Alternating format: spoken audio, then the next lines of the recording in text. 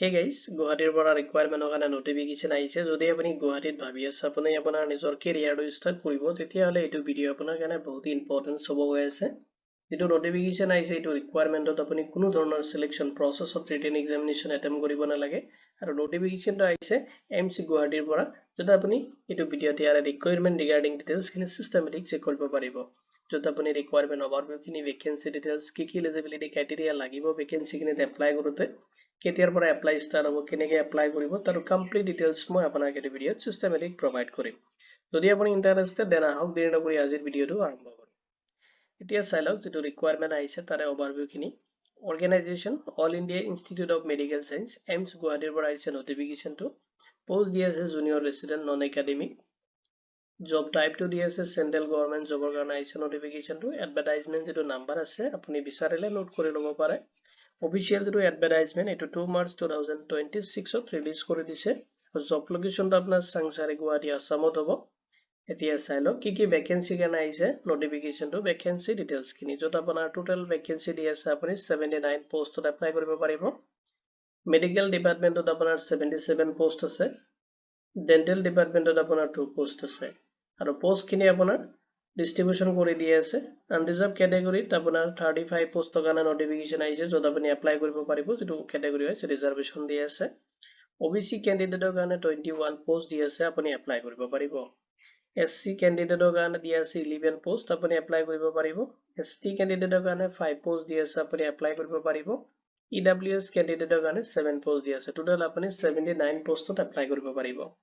এতিয়া চাই লওক পোষ্টখিনিত এপ্লাই কৰোঁতে কি এলিজিবিলিটি ক্ৰাইটেৰিয়া আপুনি ফ'ল' কৰিব লাগিব। ফাৰ্ষ্টত এডুকেশ্যনেল কোৱালিফিকেশ্যনখিনি আপুনি ফ'ল' কৰিব। যদি আপুনি MBBS অৰ BDS ডিগ্ৰী কমপ্লিট কৰিছে যিকোনো ৰেকগনাইজ ইনষ্টিটিউট অৰ ইউনিভাৰ্চিটিৰ পৰা, তেতিয়াহ'লে আপুনি ভেকেঞ্চি কাৰণে এলিজিবল হ'ব। লগতে আপুনি কমপ্লিট কৰিব লাগিব ইণ্টাৰ্ণশ্বিপ, আৰু আপোনাৰ ৰেজিষ্ট্ৰেশ্যন থাকিব লাগিব মেডিকেল কাউন্সিলত, তেতিয়াহ'লে আপুনি এইটো ভেকেঞ্চিত এপ্লাই কাৰণে এলিজিবল হ'ব। এজ লিমিটটো এপ্লিকেবল হ'ব, যিটো এইমছৰ ৰুলছ আছে এণ্ড গভৰ্ণমেণ্ট অফ ইণ্ডিয়াৰ যিটো নৰ্মছ আছে এইটো হিচাপত আপোনাৰ এজ ৰিলেক্সেশ্যনখিনি এপ্লিকেবল হ'ব। চিলেকশ্যন যিটো প্ৰচেছ দি আছে এইটো ৰিকুৱাৰমেণ্টত, আপুনি চিলেকশ্যনত কোনো ধৰণৰ ৰিটেন এক্সামিনেশ্যন এটেম্প কৰিব নালাগে। তাৰ কাৰণে আপুনি ৱাকিং ইণ্টাৰভিউ ফেচ কৰিব লাগিব। নেক্সট আপোনাৰ ডকুমেণ্টছ ভেৰিফিকেশ্যন হ'ব। ফাইনেল যিটো চিলেকশ্যন হয় এইটো আপোনাৰ যিটো ইণ্টাৰভিউৰ ওপৰত পাৰফৰ্মেঞ্চ থাকিব, সেইটো পাৰফৰ্মেঞ্চৰ ওপৰত বেছ কৰি কিনে আপোনাক চিলেক্ট কৰা হ'ব। এতিয়া চাই লওক এইটো ৰিকুৱাৰমেণ্টত যিখিনি পোষ্ট আছে তাতে আপুনি চেলাৰী কিমান ৰিচিভ কৰিব। যিটো আপোনাৰ চেলাৰীটো এইমছৰ যিটো ৰুলছ আছে এইটো হিচাপত আপুনি ৰিচিভ কৰিব। এপ্ৰক্সিমেট এৰাউণ্ড আপুনি 56,100 পাৰ মান্থ আপুনি ৰিচিভ কৰিব। যিটো পে'মেণ্ট মানে পে' লেভেল হয়, পে' স্কেলটো যিটো মেট্ৰিক্স হয় এইটো আপোনাৰ লেভেল 10 এপ্লিকেবল হ'ব।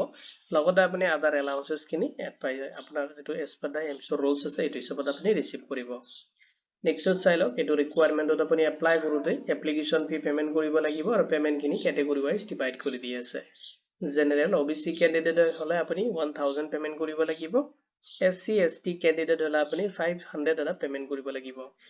যদি আপুনি PWBD কেণ্ডিডেট হয় তেতিয়াহ'লে এপ্লাই কৰোঁতে আপুনি কোনো ধৰণৰ এপ্লিকেশ্যন ফি পে'মেণ্ট কৰিব নালাগে। ফ্ৰী অফ কষ্ট আপোনাৰ এপ্লিকেশ্যনটো আপুনি ছাবমিট কৰিব পাৰিব। এতিয়া চাই লওক এইটো ৰিকুৱাৰমেণ্টত আপুনি কেনেকৈ এপ্লাই কৰিব। যিটো এপ্লাই প্ৰচেছ দি আছে, ফাৰ্ষ্টত আপুনি অফিচিয়েল ৱেবছাইটত ভিজিট কৰি কিনে এপ্লিকেশ্যন ফৰ্মটো ডাউনলোড কৰিব লাগিব। এপ্লিকেশ্যন ফৰ্মটো আপুনি ফিল আপ কৰিব।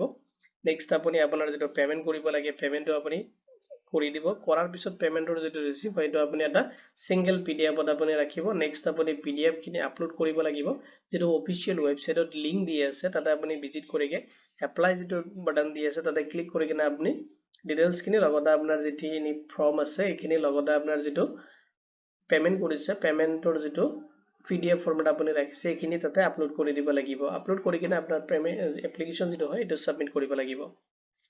নেক্সটত চাই লওক আপোনাৰ ইম্পৰ্টেণ্ট ডেটছখিনি।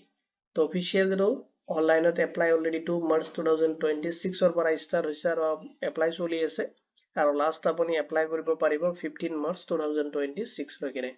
ইণ্টাৰভিউ যিটো শিডিউল এণ্ড ডেট এইটো আপোনাৰ অফিচিয়েল ৱেবছাইটত যেতিয়া এপ্লাই প্ৰচেছখিনি কমপ্লিট হ'ব তাৰপিছত অফিচিয়েল নটিফিকেশ্যনত ইহঁতে পাব্লিছ কৰি দিব, সেইটো হিচাপত আপুনি ৱাকিং ইণ্টাৰভিউ ফেচ কৰিব লাগিব। এতিয়া চাই লওক ইম্পৰ্টেণ্ট লিংক। তো ইম্পৰ্টেণ্ট যিখিনি লিংক আছে মই এইটো ভিডিঅ'ৰ ডেছক্ৰিপশ্যনত প্ৰভাইড কৰি দিম। লগতে আপুনি ভিজিট কৰিব পাৰে জব এলাৰ্ট এছকে পৰ্টেলত, তাতো আপুনি ইম্পৰ্টেণ্ট লিংকখিনি চিষ্টেমেটিক চেক কৰিব পাৰিব।